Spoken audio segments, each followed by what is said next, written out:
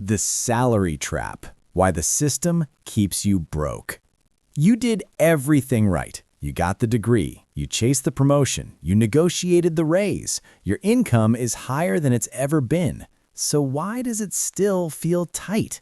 Why does your stomach drop when your manager says, "Can we talk tomorrow?" Why does Sunday night feel heavier than it should? Why does the idea of losing your job feel less like inconvenience and more like threat? Let's slow this down, because this isn't about you being irresponsible. This is about something much quieter, something that doesn't show up in motivational posts, something that doesn't get discussed at dinner parties. The salary trap doesn't make you look broke, it makes you feel dependent, and dependency feels like pressure. At the beginning, a salary feels like freedom. You remember your first real paycheck. It felt stabilizing, predictable, adult. For the first time, you could plan. You weren't guessing anymore. You weren't hoping. You were earning. And that feeling is powerful. But the trap doesn't start at your first paycheck. It starts at your first raise. Because the moment your income increases, the world starts offering you upgrades. A better apartment, a newer car, a safer neighborhood, more convenience, more comfort. And none of those are reckless decisions. They feel earned. You tell yourself, "I worked for this." And you did. But here's the shift no one warns you about. The moment your fixed expenses rise to match your income stops creating freedom and starts creating obligation. You don't feel it immediately. You feel proud signing the lease. You feel accomplished driving the car. You feel validated seeing your lifestyle match your salary. The trap doesn't show up on purchase day. It shows up 3 years later, when quitting your job isn't an option, when taking a risk feels dangerous, when your lifestyle quietly requires your current income to continue at full speed. That's the moment the salary stops feeling empowering and starts feeling necessary. If this is resonating already, not dramatically, just subtly, press like so this reaches someone else who feels successful on paper but stretched in private. Because that's the tension here. On paper, you're doing well. In reality, you're maintaining. Let's talk about maintenance. Maintenance is expensive, not just financially, psychologically. When your life costs exactly what you earn, every paycheck is pre-assigned: mortgage or rent, car payment, insurance, subscriptions, childcare, utilities, groceries, travel, debt. By the time your salary hits your account, most of it already has a destination. You're not building, you're sustaining. And sustaining at a high level requires consistency. Consistency requires stability. Stability requires you to keep showing up no matter what. Now here's where it gets uncomfortable. When your lifestyle rises with your income, your margin shrinks. Margin is the space between what you earn and what you need. Margin is quiet power. Margin lets you breathe. Margin lets you say no. When margin disappears, dependency grows. Dependency changes how you behave. You tolerate stress longer. You accept projects you hate. You avoid difficult conversations. You stay in roles that drain you because walking away would threaten the machine. And the machine is expensive.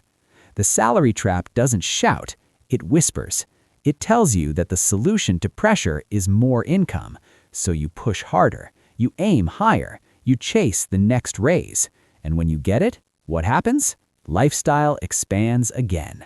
The house gets bigger. The car gets newer. Vacations get nicer.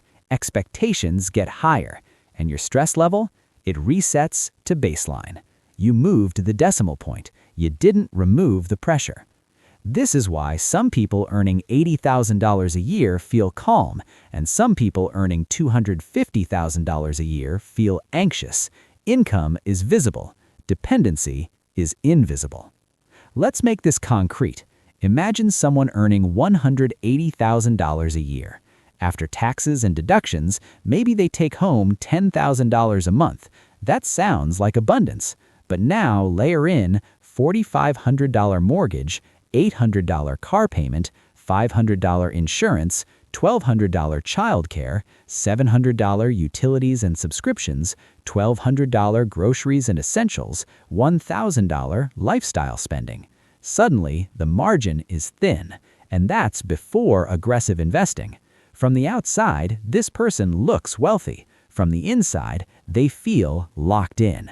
If income stops, the entire structure shakes. That's the trap.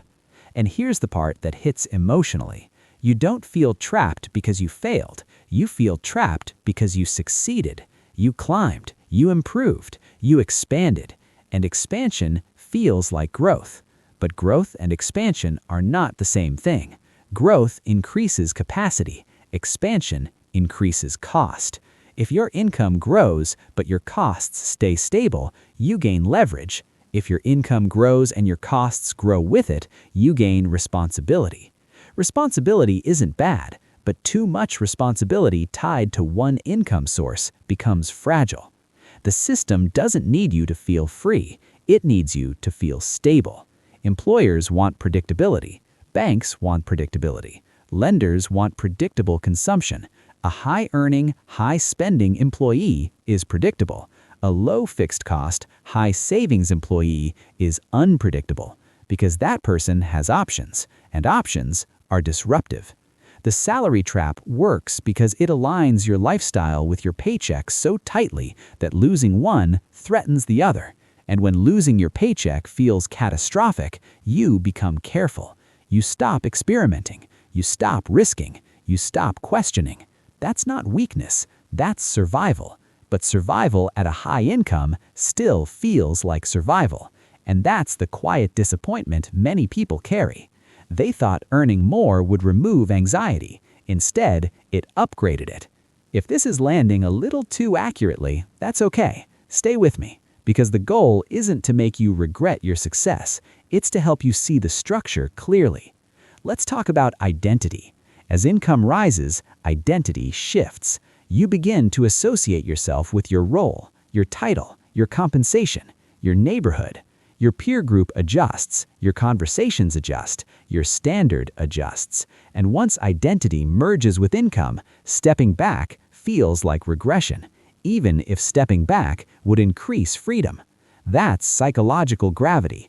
You don't want to lose status. You don't want to downshift. You don't want to explain why you're making less. So you maintain. You maintain the job. You maintain the house. You maintain the image. Maintenance becomes your full-time emotional job. Now here's where clarity matters. The escape from the salary trap is not quitting. It's not burning it down. It's reducing dependency gradually. The next time your income rises, don't upgrade immediately. Let your lifestyle pause. Let your income grow without your expenses chasing it. That gap, that quiet, boring gap, that's where power builds. When income rises and expenses don't, margin expands. Margin funds investing. Investing builds assets. Assets create optionality. Optionality reduces fear. Fear reduction changes your posture at work. You negotiate differently when you don't need the job. You speak differently when your survival isn't tied to approval. You think long-term when next month isn't threatening. The salary trap shrinks your time horizon. It makes you think paycheck to paycheck, even at high income. Breaking it expands your time horizon. And when your time horizon expands, your decisions change. You stop chasing raises for validation. You start building assets for stability.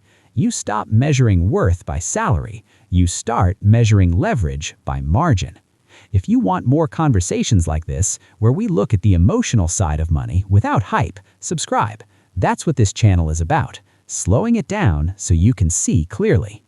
Let's bring this home carefully. You're not broke because your income is low. You feel broke because your flexibility is low. Flexibility is wealth. Flexibility is the ability to absorb shocks. Flexibility is the ability to leave. Flexibility is the ability to pause. The salary trap reduces flexibility while increasing appearance. It gives you visible growth and invisible fragility, and fragility is stressful. So if you feel tension despite success, don't assume you're ungrateful. Don't assume you're bad with money. Ask a different question. If my income stopped for 6 months, what would happen? That answer tells you more about your freedom than your salary ever will. You don't escape the salary trap by earning more. You escape it by needing less of what you earn, not through deprivation, through structure, through restraint, through patience, through protecting margin when no one else applauds you for it. Because wealth isn't built by how impressive your paycheck looks, it's built by how little of it your life requires to feel stable. And when your life requires less, your salary becomes a tool, not oxygen. And tools empower. Oxygen controls. The system doesn't keep you broke by underpaying you. It keeps you dependent by encouraging you to expand.